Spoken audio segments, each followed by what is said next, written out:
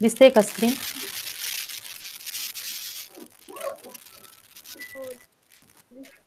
Okay. So the next point is a simple model leading to a steady state, drift velocity and relaxation time. This is the next point. So the simple model shows the features of some sophisticated theory. तर from the macroscopic point of view, the electrical conductivity of metal is defined as Ix is equal to sigma Ex. Okay, so this is the expression which is given by some scientist by the point of microscopic microscopic point of view. Okay, so where Ix is the current density resulting from an applied electrical field, and Ex is in the direction of x. Okay, so what is the sigma? The sigma become a tensor. It is a conductivity. Okay. Next, if we assume an isotropic solid form and atomic viewpoint, then the current will be given by Ix is equal to minus Ne in the bracket U Vx. तर Vx काय आहे? तर Vx is the average velocity of electron in the x direction. This is the average velocity in the average velocity of electron in the x direction, which is being taken over the electrons per unit volume. म्हणजे this is the ही काय Vx काय आहे? It is the average velocity कशाची? तर इलेक्ट्रॉन्सची in the direction of x. म्हणजे जे काही इलेक्ट्रॉन्स आहेत पर युनिट व्हॉल्यूम त्याची काय ती ऍव्हरेज व्हेलॉसिटी आहे. तर हा दोन इक्वेशन दिलेत. पहिल्या ह्याच्यामध्ये कुठले इक्वेशन दिले? तर I x is equal to sigma E x. दिसते नाही तर कर्सर दिसतोय का तुम्हाला? Hello hello. तर I x is equal to sigma E x हे काय आहे? This is the electrical conductivity. ह्या इक्वेशनने काय केलंय की इलेक्ट्रिकल कंडक्टिव्हिटी डिफाईन केल्या by the microscopic point of view.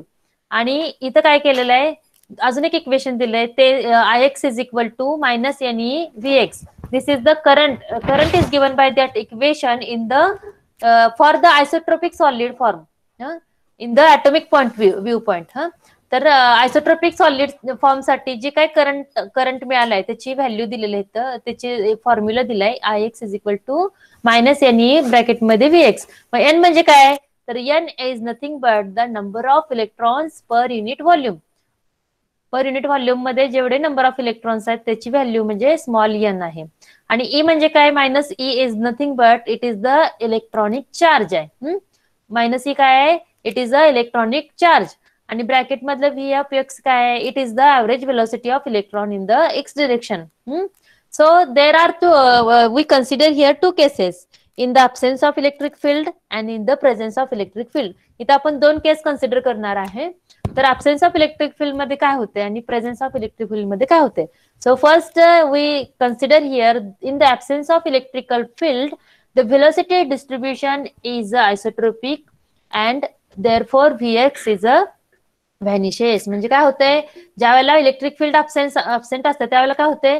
तर व्हेलॉसिटी डिस्ट्रीब्युशन इज आयसोट्रोपिक. जे काय व्हेलॉसिटी डिस्ट्रीब्युशन ते कसं असणार आहे? आयसोट्रोपिक असणार आहे. आणि त्याची जी काय ऍव्हरेज व्हेलॉसिटी ती काय होणार आहे? व्हॅनिश होणार आहे. म्हणजे ऍव्हरेज व्हेलॉसिटी तुम्हाला तिथं डिसअपियर म्हणजे व्हॅनिश होणार आहे. ठीक आहे, मिळणार नाही काही सुद्धा average velocity in the absence of electrical external electric field. Okay. So if we consider free electrons under an influence of an external electric field. आता फर्स्ट आपण काय बघितलं की ऍब्सेन्स ऑफ इलेक्ट्रिक फील्ड मध्ये द ऍव्हरेज व्हेलॉसिटी व्हॅनिशेस. आणि what happen in the presence of electric field we obtain the acceleration. म्हणजे तिथं आपल्याला ऍक्सिलरेशन मिळते. काय मिळते acceleration? X is equal to minus e X divided by m. This is the acceleration is obtained in when if we consider the free electron under the influence of electric field. External electric field मध्ये जर आपण electron consider केला तर आपल्याला acceleration मिळते. त्याची value काय आहे? Ax is equal to minus small e X upon m. Thus its velocity would be continuous to increase with time. मग तिथं काय होतंय? In the absence of electric field velocity vanish होत्या. पण in the case when the external field is applied, then its velocity would continue to increases with time. जसा time pass होईल तशी त्याची व्हेलॉसिटी काय होणार आहे, इन्क्रीज होणार आहे. ठीक आहे. It is evident that the influence of electric field alone would not lead to the steady state as required by the Ohm's law. मग ओम्स लॉ मध्ये काय सांगितलंय की ओनली इलेक्ट्रिक फील्ड आपण जर कन्सिडर केली तर आपल्याला नुसत्या इलेक्ट्रिक फील्डमुळे स्टेडी स्टेट मिळत नाही, तर त्याच्याबरोबर काय पाहिजे, it is necessary to assume that the occurrence of some kind of frictional processes. मग तिथं काही प्रमाणात जे काही फ्रिक्शनल प्रोसेस होतात ते पण आपण तिथे अज्युम करायला लागते. म्हणजे the frictional processes along with the influence of electric field lead to the average velocity. म्हणजे जे काही इलेक्ट्रिक फील्डचा इन्फ्लुएन्स आहे प्लस फ्रिक्शनल जे प्रोसेसेस आहेत त्या दोन्ही मिळून जे आपल्याला मिळणार आहे ते काय मिळणार आहे, it leads to the average velocity Vx. कळतंय का, समजलं का काय? हॅलो हॅलो हा, म्हणजे फक्त इलेक्ट्रिक फील्डच्या इन्फ्लुएन्समुळे आपल्याला स्टेडी स्टेट मिळत नाही किंवा जे ऍव्हरेज व्हेलॉसिटी त्या नुसत्या एकामुळे नाही मिळत, तर ते कशामुळे मिळते, तर विथ द दोन हे कंडिशन, दोन ह्याचे ऍडिशन होते. कशाचं, तर जर influence of electric field as well as the process of frictional process ह्या दोन्ही मिळून काय मिळतं आपल्याला, it leads to the average velocity Vx which is according to the equation 2 and 3. म्हणजे हे इक्वेशन 3 आणि इक्वेशन 2 जे आधी आपण कन्सिडर केले त्या दोन्हीच्या इक्वेशन जर आपण कन्सिडर केलं तर आपल्याला हे इक्वेशन 2 आणि इक्वेशन 3 या दोन्ही मिळून जर ओहम्स लॉ न काय सांगितलंय, तर the process that is a frictional along with that of influence of electric field tends to or leads to an average velocity Vx. ठीक आहे. So the average velocity should be proportional to Ax. तर average velocity काय आहे, it should be proportional to the Ex. ती proportional आहे. Average velocity is proportional to the Ex. The interaction of the electron with the lattice may be described in the following manner. So in that case, how the electrons interact with the lattice ते कसं describe केलंय पुढं. Suppose the probability of electron to collide with a lattice during the small interval of time dt is dt upon tau. म्हणजे तो electron lattice वर बरोबर ज्यावेळेला collide होते त्याची probability in the time interval dt is given by dt upon tau. So we assume here tau is काय, तो काय असणार आहे इथं, शिकलोय आपण आधी. तो काय सांगा बघू, रिलॅक्सेशन टाइम. म्हणजे द टाइम रिक्वायर्ड टू, म्हणजे जो काही टाइम कोलाइड होताना जो आपल्याला मिळणार आहे तो काय, तिथं जो काही टाइम लॅप्स होतोय तो काय आहे, tau. So it is independent of energy of electron and the direction of motion.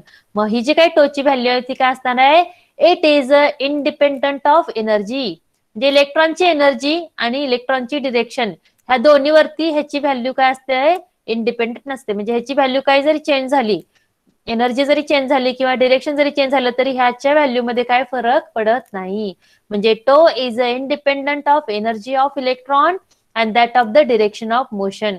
त्या इलेक्ट्रॉनची मोशन कशी आहे किंवा त्याचा एनर्जी काय आहे ह्याच्यावरती टोची व्हॅल्यू ही इंडिपेंडंट असते. Okay, so let it be assume that in a collision with a lattice the electron losses some energy. मग काय होते की ज्यावेळेला इलेक्ट्रॉन लॅटाइसवर कोलाइड होतो त्यावेळेला काय होतं, तिथं एनर्जी लॉस होते. बरोबर, बरोबर का नाही बरोबर,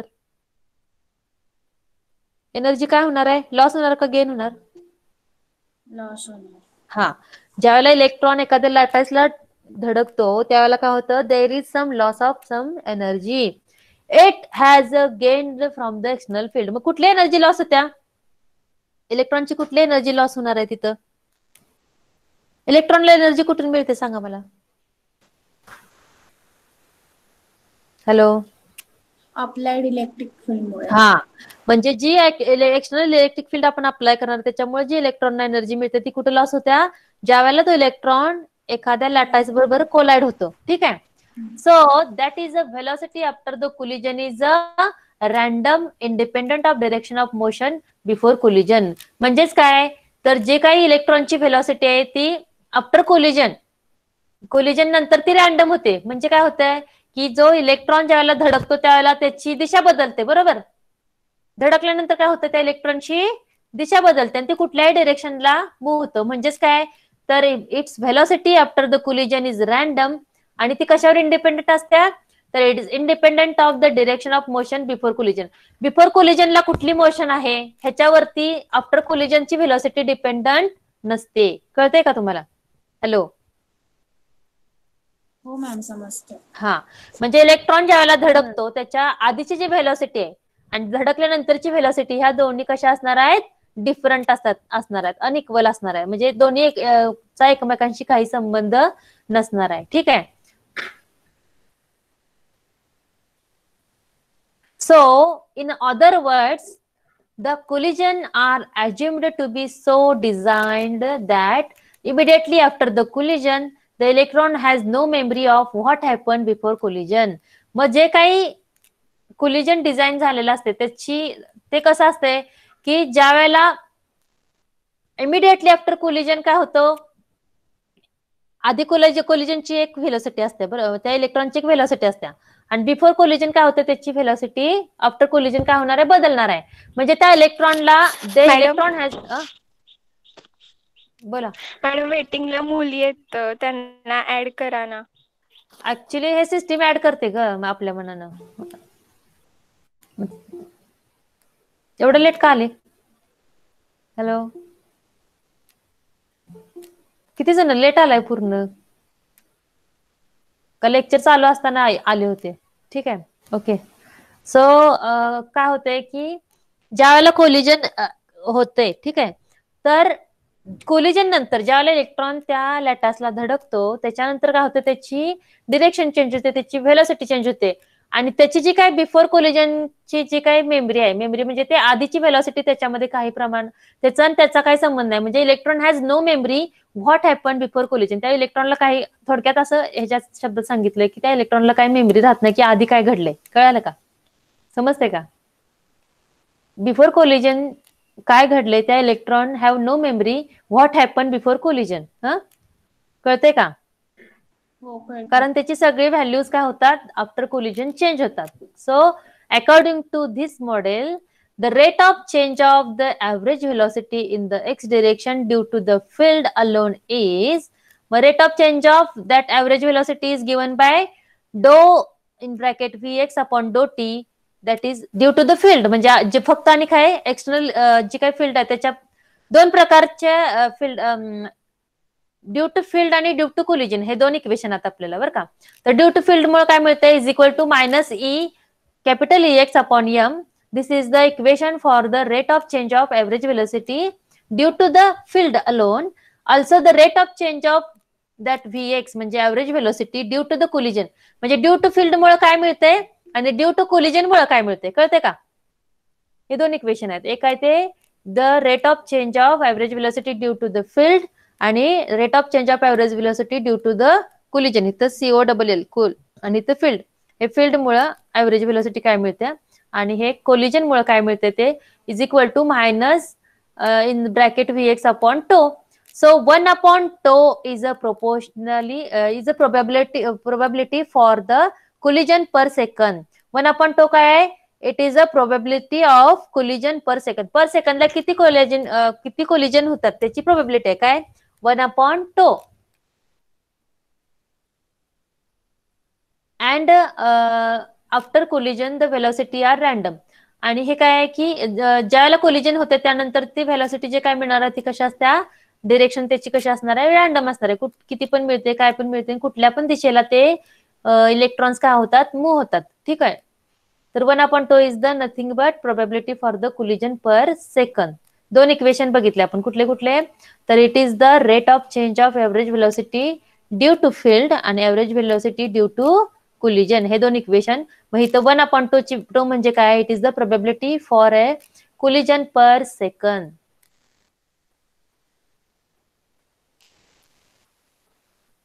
स्क्रीन दिसते का? Hello hello. हो ma'am. Okay. So in the steady state कधी मिळते आपल्याला, कधी मिळते स्टेडी स्टेट? आताच सांगितलं मग अशी मी. सांगा बघू कधी मिळते स्टेडी स्टेट? लक्ष असेल तर कळणार. कोण सांगते? हॅलो,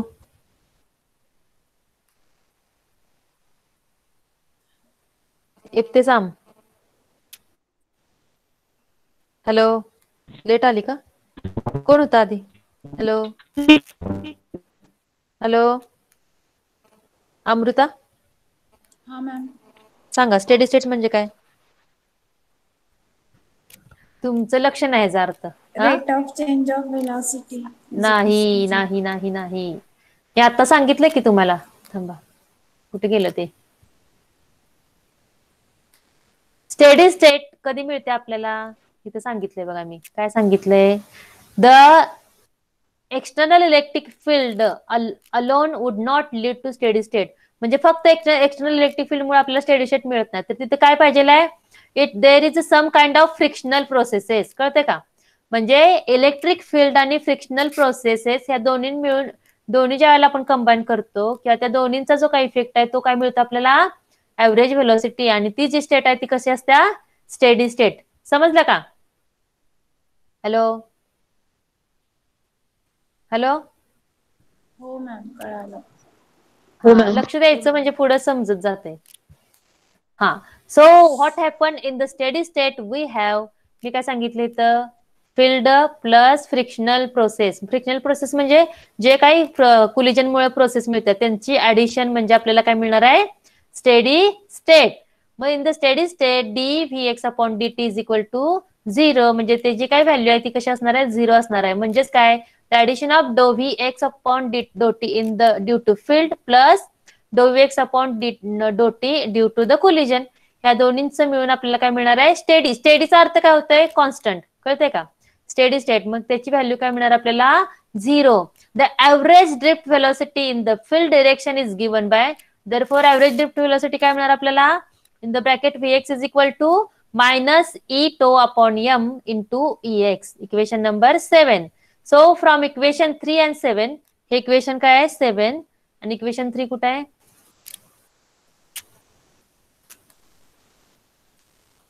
तुम्ही ज्यावेळेला शिकवते त्यावेळेला ते इक्वेशन लिहून घेत जावा. म्हणजे पुढे एक नोटबुक ठेवायची आणि इक्वेशन 1, 2, 3, 4 असं लिहून घ्यायचं. म्हणजे तुम्हाला ज्यावेळेला मी सांगेन की हे इक्वेशन, हा Ax is equals to minus हा 6. बरोबर. इक्वेशन 3 आणि इक्वेशन 7 कुठे गेलं? मागे गेलं. So the conductivity is given by Ix is equal to, I think equation 3 नाही आहे, इक्वेशन 2 असणार इथं. Ix इक्वेशन कुठलं आहे? इक्वेशन 2 आहे ना? इक्वेशन 2 हे Ix is equal to minus NE Vx. बरोबर ना? हॅलो, हो मॅम. हा, मग इथं आपण ही जी काय Vx ची व्हॅल्यू आहे ती इथं घातली. कुठं? Ix is equal to minus NE आणि Vx ची व्हॅल्यू जी आता आपल्याला मिळाल्या इथं कुठली? हे कुठली? Minus e tau upon m e x. हे इथं घातली. कुठं? त्या आधीचं इक्वेशन आहे ना 2, तिथं काय होतं? इथं Vx होतं. बरोबर. तर Ix is equal to minus NE ब्रॅकेटमध्ये minus e tau upon m e x. From equation इथं 2 and 7. इथं 2, 3 झालं. इथं 2 and 7 आहे. ठीक आहे. We got the equation 8. So we write here that. मग इकडे समजा रिफॉर्म केलं इक्वेशन. समजा Ix EX इकडे आलं तर काय मिळणार आपल्याला? Ix upon EX is equal to n into e square आणि मायनस मायनस प्लस होणार. बरोबर. तर n e square tau upon m is equal to, this is the value of sigma. कंडक्टिव्हिटीची व्हॅल्यू आहे कुठली? N e square upon tau. हे आपण आधीच्या इक्वेशन मध्ये बघितलेलं आहे. कळालं का नाही कळालं? हॅलो,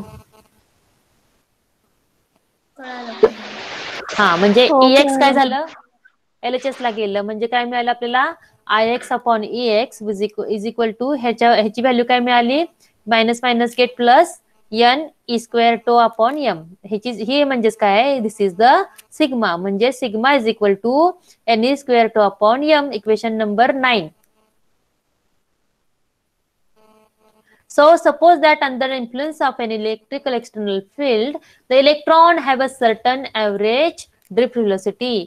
मग आपण कन्सिडर काय करतो इथे की एक एक्सटर्नल इलेक्ट्रिक फील्ड ज्या वेळेला प्रेझेंट असते त्यावेळेला काय म्हणतो आपण, sir the electron have certain average drift velocity. त्याला काही प्रमाणात असत्या ऍव्हरेज ड्रिफ्ट व्हेलॉसिटी असत्या ऍट अ इन्स्टंट T0, म्हणजे ज्यावेळेला टाइम 0 असतो त्यावेळेला त्याची सम प्रमाणात काय असते की there is a some certain average drift velocity.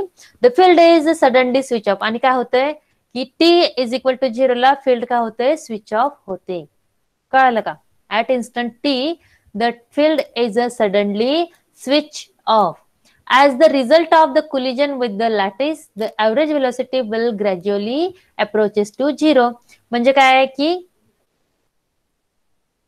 ज्या वेळेला result of collision with lattice the average, ज्या वेळेला कोलाइड होतं इलेक्ट्रॉन लॅटाइस वर कोलाइड होतं त्यावेळेला काय होतं की त्याची ड्रिफ्ट व्हेलॉसिटी आहे ती gradually approaches to 0. Drift velocity gradually म्हणजे काय होती, हळूहळू काय होतं, ती व्हेलॉसिटी अप्रोचेस 0 कडे जाते. आणि ज्यावेळेला 0 कडे जाते त्यावेळेला काय होतं, इलेक्ट्रिक फील्ड काय होते, स्विच ऑफ होते. ठीक आहे. So the rate of change of Vx by the collision alone is given by the equation number 5. मग त्याच्यामुळे आपल्याला काय मिळते, इक्वेशन 5 मागच्या इक्वेशन 5 ची व्हॅल्यू आहे ती बघा मागं. तर परत मला मागं जाईल. तुम्ही लिहून घेतले का इक्वेशन 5? हो. हा. मग इथं काय मिळते आपल्याला, कोलिजनच्या वेळेला जे काय ऍव्हरेज व्हेलॉसिटी आहे त्याची व्हॅल्यू आपल्याला इथं मिळते equation number 5. Okay. So the decay is given by the, मग डीके म्हणजे काय की जे काही drift velocity becomes to gradually decreases to 0 म्हटलंय ना, म्हणजे तिथं काय होणार आहे, डीके होणार आहे. सो द डीके, तो जो काही डीके तो कसा दाखवलाय तर Vx t is equal to Vx ब्रॅकेटमध्ये 0, म्हणजे इथं आपण व्हॅल्यू आपल्याला 0 मिळते. सॉरी, टी म्हणजे t इज इक्वल टू 0 म्हणून ते 0 घेतलंय, into e⁻⁻1/2. This is equation number 10. मग Vx 0 म्हणजे काय, हे म्हणजे काय, तर it is the average drift velocity at instant t is equal to 0. म्हणजे t इज इक्वल टू 0 ला जी काही ड्रिफ्ट व्हेलॉसिटी मिळणार आहे त्याची व्हॅल्यू आहे ती Vx bracket 0. Then the quantity tau is called the relaxation time. मग ही टो म्हणजे काय, it is the relaxation time. So tau also represent the mean free time between the collision. आणि टोला आपण दुसरं पण डिनोट करतो काय, it is the mean free time between the collision. दोन कोलिजन मधला मीन फ्री टाइम म्हणजेच टो आहे. Which can be shown as, if we consider PT be the probability at T second. जर समजा पीटी आपण probability of the collision पकडली, कुठल्या T सेकंदला आपण काय केलं, PT is the probability consider केली. And after the certain collision has occurred and electron has not yet collide again. म्हणजे याला जोपर्यंत कोलिजन होत नाही, हा इलेक्ट्रॉन जोपर्यंत दुसऱ्या ह्याला कोलाइड होत नाही तोपर्यंत कुठल्याही प्रकारचं कोलिजन तिथं होत नाही. जोपर्यंत धडकत नाही तोपर्यंत तो in the state of motion मध्ये असणार आहे. ठीक आहे. So Pt plus dt represent the sum quantity after collision. हे काय, समजा आता कोलिजन झाले त्याच्यानंतरची जर समजा पीटी व्हॅल्यू आहे आणि नंतर दुसरं ज्या वेळेला कोलिजन होते त्यावेळेला जी काही प्रोबॅबिलिटी असणार आहे ती काय असणार आहे, Pt plus dt. म्हणजे at the time after the कुठल्या टाइमला t plus dt, ही कुठल्या टाइमला आहे, at the time of t, आणि हे कुठल्या तर t plus dt ला. This is the probability. Then the P is P into in the bracket T plus dt is equal to Pt is equal to dP upon T into dt. On the other hand, we write here 1 minus dt upon τ. 1 minus dt upon τ काय आहे? It represents the probability for an electron not to collide during the interval dt. म्हणजे dt interval जो काही मधला time आहे तिथं त्याची collide व्हायची जी काही नॉट कोलाइड म्हणजे कोलिजन नाही होण्याची जी काही त्याची प्रोबॅबिलिटी आहे ती काय आहे, 1 minus dt upon τ. So Pt is equal to e raised to minus e by τ. So P is equal to 1 for the P is equal to 1 आणि T is equal to 0. Having the म्हणजे P ची value जर तिथं 1 असेल आणि T ची जर 0 असेल तर ती काय आहे, this is the probability of the म्हणजे जे काही फर्स्ट कोलिजन मिळणार आहे आपल्याला त्याची प्रोबॅबिलिटी. ठीक आहे.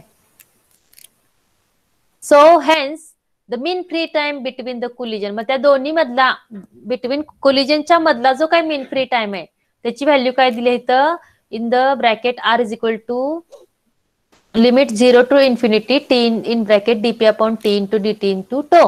So the relaxation time and the mean free time between the collision are identical. मग इथं आपण काय म्हणतो जो काही रिलॅक्सेशन टाइम तो आहे आणि कोलिजन टाइम हे दोन्ही कसे आहेत एकसारखेच आहेत म्हणजे एकच आहेत आयडेंटिकल आहेत एकसारखे.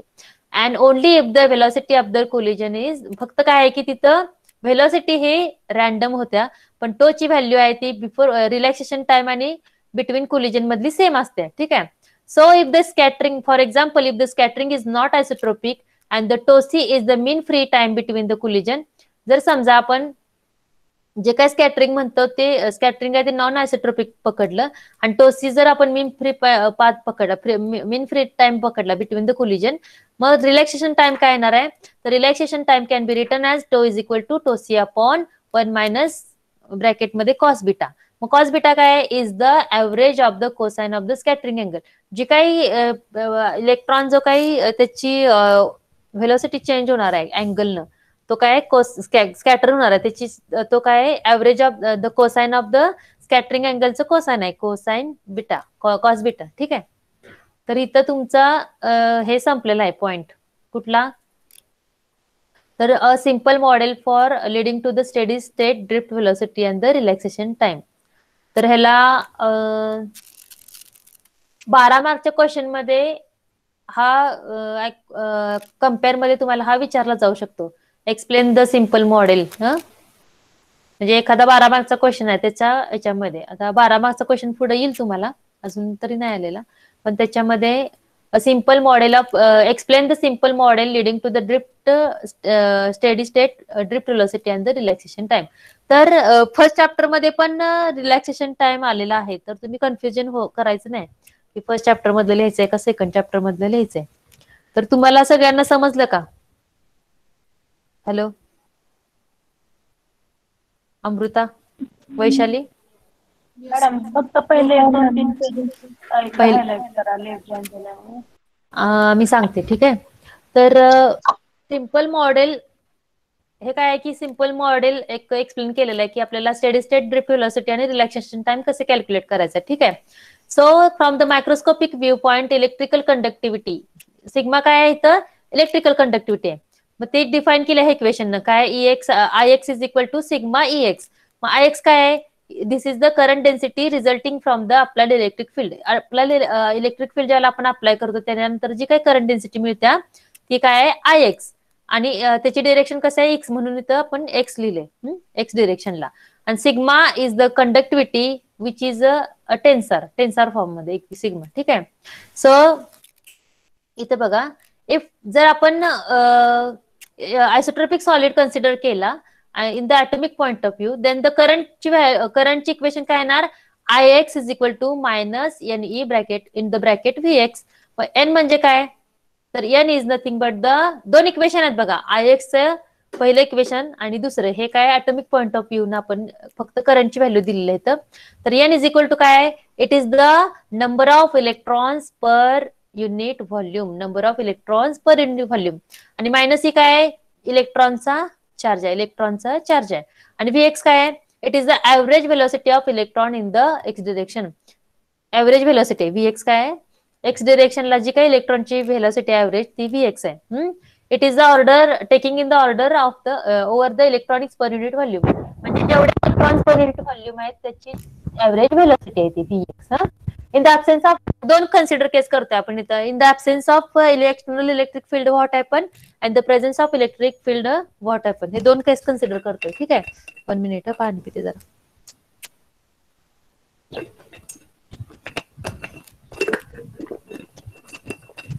तर ज्यावेळेला आपण तिथं कुठल्याही प्रकारची इलेक्ट्रिक फील्ड किंवा फील्ड अप्लाय करत नाही त्यावेळेला काय असते तर velocity distribution is isotropic and VX is vanishes. ती जी काही ऍव्हरेज व्हेलॉसिटी ती काय होत्या व्हॅनिश होत्या. ठीक आहे.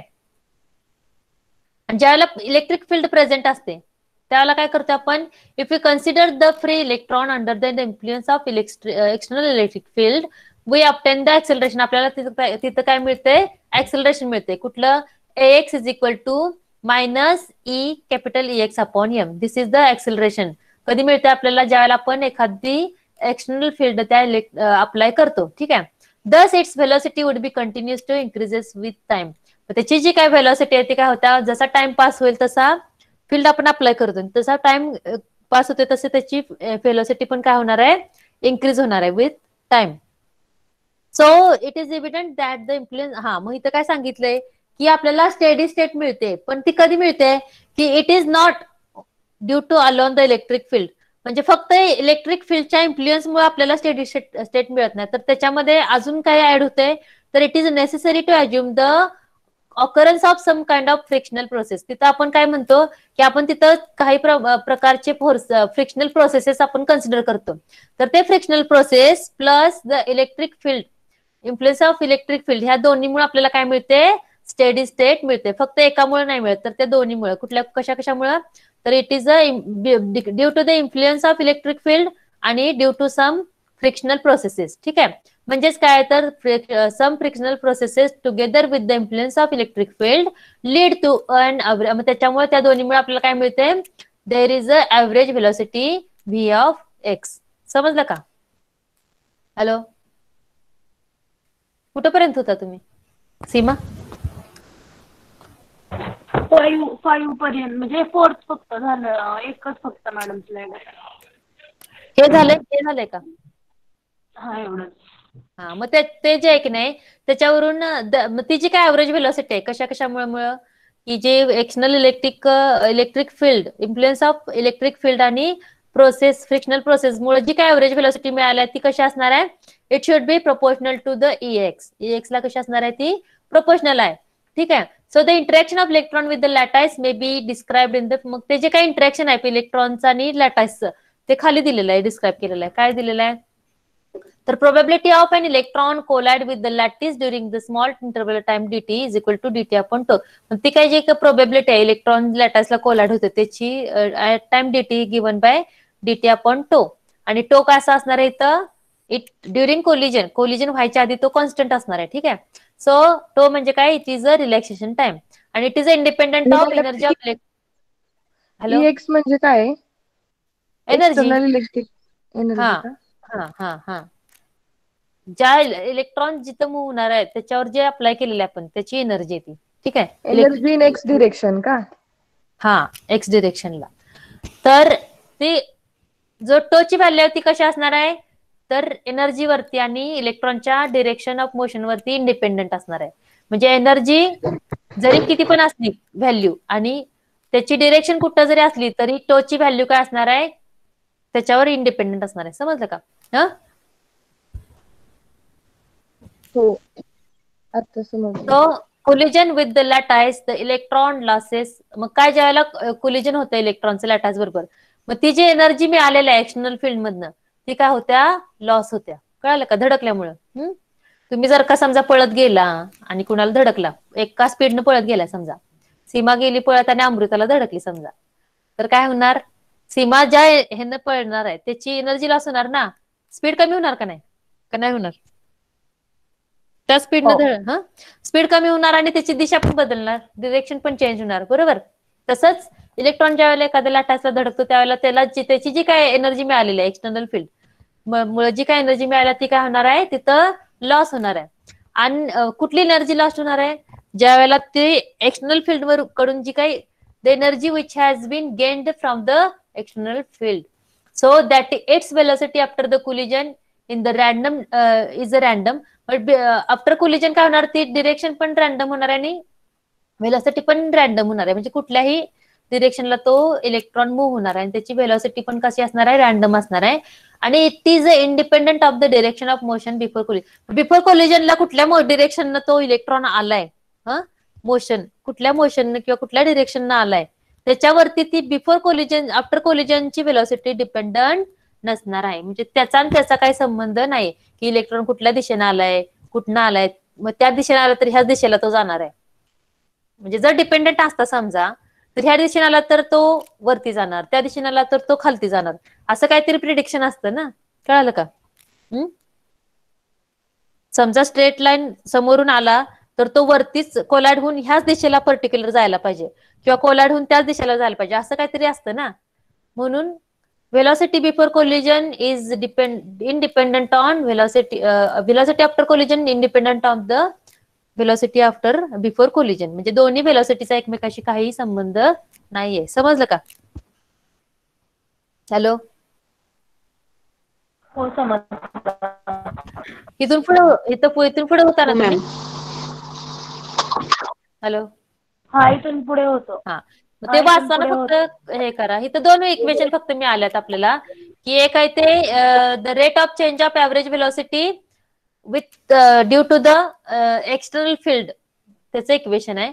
आणि due to the collision, rate of change of velocity due to collision आणि ड्यू टू फील्ड, हे दोन इक्वेशन मिळाल्यात आपल्याला. 1/2 काय, it is a probability of collision per second. Per सेकंडचं कोलिजन हे प्रोबॅबिलिटी आहे. तिथून पुढे ते इक्वेशन आपल्याला स्टेडी स्टेट कधी मिळते, ज्यावेळेला आपण ऍड करतो काय काय फील्ड आणि कोलिजन, म्हणजे तेच हे जे काही प्रोसेस मिळणार आपल्याला कोलिजन मुळे, फ्रिक्शनल प्रोसेस जी काय होणार त्याच्या दोन्हीचं ऍडिशन म्हणजेच काय स्टेडी स्टेट. त्याची व्हॅल्यू काय असणार आहे, ऍट t = 0 असणार आहे. Velocity of the field, average drift velocity of the field is given by this equation. आपलं इक्वेशन नंबर 2 आहे कुठलं, Ix = ते होतं ना सुरुवातीचं मी मगाशी सांगितलं, कुठलं हे Ix = -ne in the bracket Vx. मग इथं Vx ची व्हॅल्यू जी मिळाली आपल्याला ती घालायची. आहे ना, हा, ही Vx ची जी व्हॅल्यू आहे ती इथं इंट्रोड्यूस केल्यानंतर काय मिळणार इक्वेशन, हे Ex आहे ते LHS ला जाणार आणि काय मिळणार आपल्याला, तर Ix/Ex minus minus get plus n e चा स्क्वेअर होणार इथं τ/m. ही जी व्हॅल्यू आहे ne² इंटू τ/m, हे म्हणजेच काय, this is the conductivity. Sigma = ne²/2/m. ठीक आहे. आणि मग तिथून पुढे मग ते कन्सिडर करायचं इक्वेशन. समजलं का? आता नाही ना काय प्रॉब्लेम? हॅलो, नाही आता नाही तर काय. मी काय करते, आज दुपारी आज संध्याकाळपर्यंत तुम्हाला सगळे नोट्स फॉरवर्ड करते. ठीक आहे. जुन्या चॅप्टरच्या, पहिल्या चॅप्टरच्या ज्या काही राहिल्यात त्या प्लस ह्या. आता ह्याच्या हे 2 पॉईंट झाले, तर ह्या 2च्या पण तुम्ही नोट्स तयार ठेवा. तर आता तुम्हाला ह्या वीक मध्ये प्रोजेक्टचं काम आहे. ठीक आहे, आपलं पोस्टर करायचंय. केलं ना सगळ्यांनी व्यवस्थित? मॅडम त्याची लास्ट डेट पुढे गेली ना, म्हणजे 26 होती डेट, ती पुढे गेली ना, एक्सटेंड झाली ना. तुम्हाला कोणी सांगितलं काय? तसं नाही काय बोलले सर, पण मुझे सर म्हणले मे बी जाऊ शकते, म्हणजे SY चे हे आहेत ना पेपर्स. त्याचा काय तुम्ही घेऊ नका, कारण जेवढं एक्सटेंड होईल तेवढं तुम्हाला तयारी करायला वेळ मिळणार आहे. बरोबर ना? तर फक्त काय करा, तुम्ही तुमचं पोस्टर तयार पाहिजे, तुम्हाला काय बोलायचं आहे ते एकदा रेकॉर्ड करून स्वतः ऐका, की काय चुकतंय का, आपण काय सांगतोय. आणि तुमच्या मेंटर जे आहेत, कोण गाईड दिलं, त्यांना ते दाखवा, की सर अजून आम्ही ह्यात काय बोलायला पाहिजे. म्हणजे असं व्हायला नको की डेट पुढे गेल्या म्हणून तुम्ही रिलॅक्स व्हाल. उलट तुम्ही काय करा, की तुमचे पोस्टर प्रिपेअर करा, त्याच्यावरती प्रेझेंटेशन रेकॉर्डिंग करा आणि तुमच्या गाईडना दाखवा. म्हणजे त्यात काय चुकी आहेत, पोस्टर चेक करून घ्या, पोस्टरमध्ये काय करेक्शन आहेत का बघा. कारण आपल्याला चांगले पोस्टर वरती जायला पाहिजेत ना आपले. कळतंय का सीमा? हो मॅडम. तुम्हाला जर समजा काय शंका असेल तर तुमचे पोस्टर मला जरी तुम्ही पाठवले तरी मी तुम्हाला हेल्प करू शकते. गाईडना पण विचारा आणि मला पण दाखवा एकदा, म्हणजे मी तुम्हाला काय जर समजा करेक्शन असेल तर सांगेन. ठीक आहे? हो चालेल. ओके, ठीक आहे. मग आणि काय शंका कुणाला असेल तर सांगा.